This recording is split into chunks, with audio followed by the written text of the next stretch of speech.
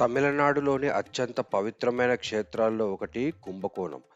ఈ పుణ్యక్షేత్రం అనేక పురాతన దేవాలయాలతో ప్రసిద్ధి చెందింది. ఇక్కడ ఉన్న ఆది కుంభేశ్వర దేవాలయం శివుని అత్యంత పవిత్రమైన ఆలయాల్లో ఒకటి. హిందూ పురాణాల ప్రకారం ప్రతి యుగాంతంలో ప్రళయం అనే భారీ వరద వస్తుంది. ఇది భూమిపై ఉన్న అన్ని జీవుల నాశనానికి దారితీస్తుంది.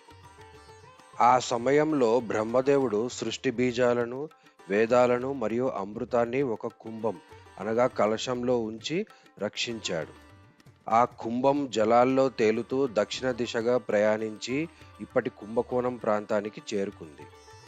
అప్పుడు పరమేశ్వరుడు ఒక వేటగాడి రూపంలో వచ్చి ఆ కుంభాన్ని బాణంతో కొట్టాడు. కుంభం పగిలి అమృతం నేలపై చిందింది. ఆ పవిత్ర అమృతం పడిన ప్రదేశమే కుంభకోణంగా ప్రసిద్ధి చెందింది. కుంభకోణంలోని మట్టి మరియు అమృతంతో శివుడు స్వయంగా లింగ రూపంలో ప్రత్యక్షమయ్యాడు. అందుకే ఇక్కడి ప్రధాన దేవుడు ఆది కుంభేశ్వర దేవాలయంలో ఆది కుంభేశ్వర స్వామిగా పూజలు అందుకుంటున్నారు.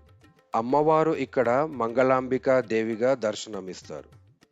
ఇక్కడ ప్రతి 12 సంవత్సరాలకి ఒకసారి జరిగే మహామహం పండుగ అత్యంత పవిత్రమైనది.